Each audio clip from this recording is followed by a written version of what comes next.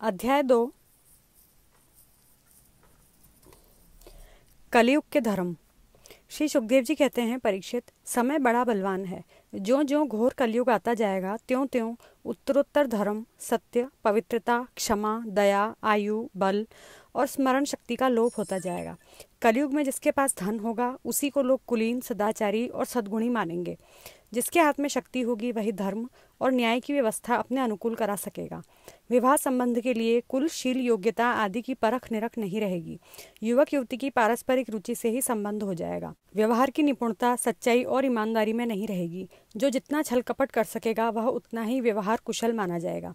स्त्री और पुरुष की श्रेष्ठता का आधार उनका शील, संयम न होकर केवल रति कौशल ही रहेगा। ब्राह्मण की पहचान उसके गुण, स्वभाव से नहीं, यज्ञोपवीत से हुआ करेगी। वस्त्र, दंड, कमंडलू आदि से ही ब्रह्मचारी, सन्यासी आदि आश्रमियों की पहचान होगी और एक दूसरे का चिन्ह स्वीकार कर लेना ही एक से दूसरे आश्रम में प्रवेश का स्वरूप होगा। जो घूस देने या धन खर्च करने में असमर्थ होगा उसे अदालतों से ठीक ठीक न्याय न मिल सकेगा। जो बोलचाल में जितना चालाक होगा उसे उतना ही बड़ा पंडित माना जाएगा। असाधुता की, दोषी होने की एक ही पहचान रहेगी, गरीब होना। जो जितना अधिक दंभ पाखंड कर सकेगा उसे उतना ही बड़ा साधु समझा जाएगा। विवाह के लिए एक दूसरे की स्वीकृति ही पर्याप्त होगी। शास्त्रीय विधि विधान की, संस्कार आदि की कोई आवश्यकता न समझी जाएगी। बाल आदि संवारकर कपड़े लत्ते से लैस हो जाना ही स्नान समझा जाएगा। लोग दूर के तालाब को तीर्थ मानेंगे और निकट के तीर्थ गंगा, गोमती, माता पिता आदि की उपेक्षा करेंगे। सिर पर बड़े बड़े बाल, काकुल रखना ही शारीरिक सौंदर्य का चिन्ह समझा जाएगा और जीवन का सबसे बड़ा पुरुषार्थ होगा अपना पेट भर लेना। जो जितनी ढिठाई से बात करेगा उसे उतना ही सच्चा समझा जाएगा। योग्यता, चतुराई का सबसे बड़ा लक्षण यह होगा कि मनुष्य अपने कुटुंब का पालन कर ले। धर्म का सेवन यश के लिए किया जाएगा। इस प्रकार जब सारी पृथ्वी पर दुष्टों का बोलबाला हो जाएगा तब राजा होने का कोई नियम न रहेगा। ब्राह्मण, क्षत्रिय, वैश्य अथवा शूद्रों में जो बली होगा वही राजा बन बैठेगा। उस समय के नीच राजा अत्यंत निर्दयी एवं क्रूर होंगे। लोभी तो इतने होंगे कि उनमें और लुटेरों में कोई अंतर न किया जा सकेगा। वे प्रजा की पूंजी एवं पत्नियों तक को छीन लेंगे। उनसे डरकर प्रजा पहाड़ों और जंगलों में भाग जाएगी। उस समय प्रजा तरह तरह के शाक, कंदमूल, मांस, मधु, फल फूल और बीज गुठली आदि खा खाकर अपना पेट भरेगी। कभी वर्षा न होगी, सूखा पड़ जाएगा तो कभी कर पर कर लगाए जाएंगे। कभी कड़ाके की सर्दी पड़ेगी तो कभी पाला पड़ेगा। कभी आंधी चलेगी, कभी गर्मी पड़ेगी तो कभी बाढ़ आ जाएगी। इन उत्पातों से तथा आपस के संघर्ष से प्रजा अत्यंत पीड़ित होगी, नष्ट हो जाएगी। लोग भूख, प्यास तथा नाना प्रकार की चिंताओं से दुखी रहेंगे। रोगों से तो उन्हें छुटकारा ही न मिलेगा। कलियुग में मनुष्यों की परम आयु केवल 20 या 30 वर्ष की होगी। परीक्षित, कलिकाल के दोष से प्राणियों के शरीर छोटे छोटे, क्षीण और रोगग्रस्त होने लगेंगे। वर्ण और आश्रमों का धर्म बतलाने वाला वेद मार्ग नष्ट प्राय हो जाएगा। धर्म में पाखंड की प्रधानता हो जाएगी। राजे महाराजे डाकू लुटेरों के समान हो जाएंगे। मनुष्य चोरी, झूठ तथा निरपराध हिंसा आदि नाना प्रकार के कुकर्मों से जीविका चलाने लगेंगे। चारों वर्णों के लोग शूद्रों के समान हो जाएंगे। गौएं बकरियों की तरह छोटी छोटी और कम दूध देने वाली हो जाएंगी। वानप्रस्थी और सन्यासी आदि विरक्त आश्रम वाले भी घर गृहस्थी जुटाकर गृहस्थों का सा व्यापार करने लगेंगे। जिनसे वैवाहिक संबंध है उन्हीं को अपना संबंधी माना जाएगा। धान, जौ, गेहूं आदि धान्यों के पौधे छोटे छोटे होने लगेंगे। वृक्षों में अधिकांश शमी के समान छोटे और कटीले वृक्ष ही रह जाएंगे। बादलों में बिजली तो बहुत चमकेगी परंतु वर्षा कम होगी। गृहस्थों के घर अतिथि सत्कार या वेद ध्वनि से रहित होने के कारण अथवा जनसंख्या घट जाने के कारण सूने सूने हो जाएंगे। परीक्षित, अधिक क्या कहें, कलयुग का अंत होते होते मनुष्यों का स्वभाव गधों जैसा दुस्सह बन जाएगा। लोग प्रायः गृहस्थी का भार ढोने वाले और विषयी हो जाएंगे। ऐसी स्थिति में धर्म की रक्षा करने के लिए सत्वगुण स्वीकार करके स्वयं भगवान अवतार ग्रहण करेंगे। प्रिय परीक्षित, सर्वव्यापक भगवान विष्णु सर्वशक्तिमान हैं। वे सर्वस्वरूप होने पर भी चराचर जगत के सच्चे शिक्षक सद्गुरु हैं। वे साधु सज्जन पुरुषों के धर्म की रक्षा के लिए उनके कर्म का बंधन काटकर उन्हें जन्म मृत्यु के चक्र से छुड़ाने के लिए अवतार ग्रहण करते हैं। उन दिनों शंभल ग्राम में विष्णु यश नाम के श्रेष्ठ ब्राह्मण होंगे। उनका हृदय बड़ा उदार एवं भगवत भक्ति से पूर्ण होगा। उन्हीं के घर कल के भगवान अवतार ग्रहण करेंगे। श्री भगवान ही अष्ट सिद्धियों के और समस्त सद्गुणों के एकमात्र आश्रय हैं। समस्त चराचर जगत के वे ही रक्षक और स्वामी हैं। वे देवदत्त नामक शीघ्रगामी घोड़े पर सवार होकर दुष्टों को तलवार के घाट उतारकर ठीक करेंगे। उनके रोम रोम से अतुलनीय तेज की किरणें छिटकती होंगी। वे अपने शीघ्रगामी घोड़े से पृथ्वी पर सर्वत्र विचरण करेंगे और राजा के वेश में छिपकर रहने वाले कोटि कोटि डाकुओं का संहार करेंगे।